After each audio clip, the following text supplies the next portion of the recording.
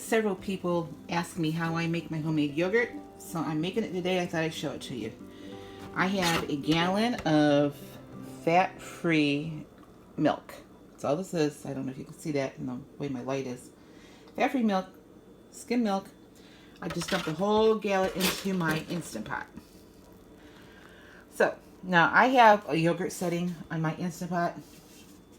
So I'm going to press this till it says boil. And then I'm going to put the lid on and I'm going to let it do its thing. Now I wouldn't necessarily have to have this lid on because I'm not pressurizing anything. So when it's done boiling, it's going to beep at me. I'm going to let the temperature cool down then, and I'll show that to you when I get there. But after it boils, we got to cool it down before we can add the whey to it. I got just some small yogurt cups to put in to this today because I didn't thaw out my whey that I have in the freezer. Normally I save it and just use it the next time around. So anyway, when we get to that step, I'm going to cool it down to somewhere between 112, 115 degrees. And I do have thermometer that I use to do that. So I'll show that to you when I get to that point. But the yogurt is on its way right now. Alright, this is to 115 degrees now, so I'm going to add the other yogurt. Since I didn't thaw out my whey, I'm just using some 0% Greek yogurt. If I can get it out. I'm putting 2 of these containers in here. Now, the recipe says you really only need 1. But I like the thickness I get with 2.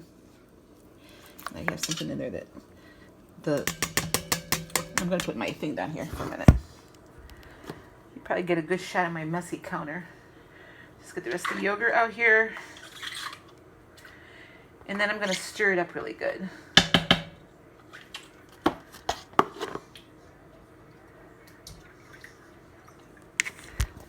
Alright, so I have both of those containers in here now. I'm just going to stir this up.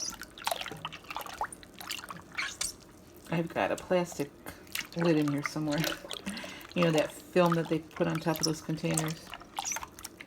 It went in here. Now I just get it all stirred up. And then I'm going to put the timer on. I'm going to hit the yogurt again, and it's going to give me some time here on my Instant Pot. There it is. Alright, got that out of there. Everything's all stirred up. And then pretty much I'm just going to let this thing go. So I hit the yogurt thing again. And this says 14 hours. I'm going to let it go at that. You don't have to put the lid on, but I'm putting the lid back on. And then it's going to start timing, and it counts up from 0. So I can really stop it anytime I want. You want it to go at least 8 hours. I let it go anywhere between 10 and 14. So let's see, what time is it? Oh, it's 3:47. I just might let this go till morning. I'm not going to bother it. I'm not going to open up the lid. It'll be perfect in the morning. So that's all there is to it as far as the making process. Now, I'll show you after this is done. I'll show you how I strain it to make Greek yogurt. Without straining it, you just have regular yogurt. But I want the Greek yogurt. So I'll show that to you tomorrow. Okay, I let that yogurt go all night long. This is what it looks like. It's hard to pick up in the picture, but there's all kinds of liquid on top of there. Kind of got it out of the light here. Might be a little bit better. But there's plenty of liquid on top of here. I'm going to pour it off. I have a strainer set up with some cheesecloth on top of it. Now, I've got about 3 bowls here. I've got my big bowl that'll catch the whey. I've got a smaller strainer and then a bigger strainer on top, just so that my strainer sits up higher and it'll drain better. So let me get this poured off and I'll show you what it looks like. Maybe able to see a little bit better now that I'm getting ready to pour this, how the whey collected on top. There's plenty more whey in this. I'm straining it off because Greek yogurt is when you make Greek yogurt by straining the whey out. Okay, all my yogurt's poured into the strainer. This is yogurt now. You could eat it if you want to. And this is just your regular yogurt. I'm straining it. This is probably going to reduce down about half in size after this is all draining out. So I'm just going to put it in the refrigerator. I'm going to cover this up and put it in the refrigerator, and I'm going to keep it there all day long. And then I'll put it into another container after the whey's drained off. I'll show you how much I'm getting after this is done. How much whey, because then I save that for my next batch. So let me put this in the refrigerator, and I will show you later when it is all drained out and we have Greek yogurt. Okay, my yogurt is finished. You can see how much it's gone down. First, let me get the whey out of the way.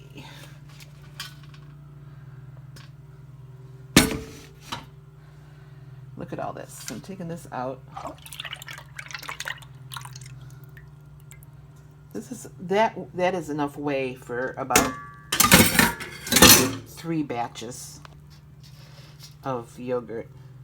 I'm trying to cover up this light a little bit. Anyway, I'm going to put this aside, and then we're going to weigh out the yogurt. So hang on just one second. Okay, let's see what this looks like. Oh yeah, this is nice and thick. This is the way I like it. I usually get Chobani yogurt, which is nice, or Faya yogurt, which is nice and thick. You see that, starting to pull away from the sides of the cheesecloth. It's exactly what I want. Now, cost comparison.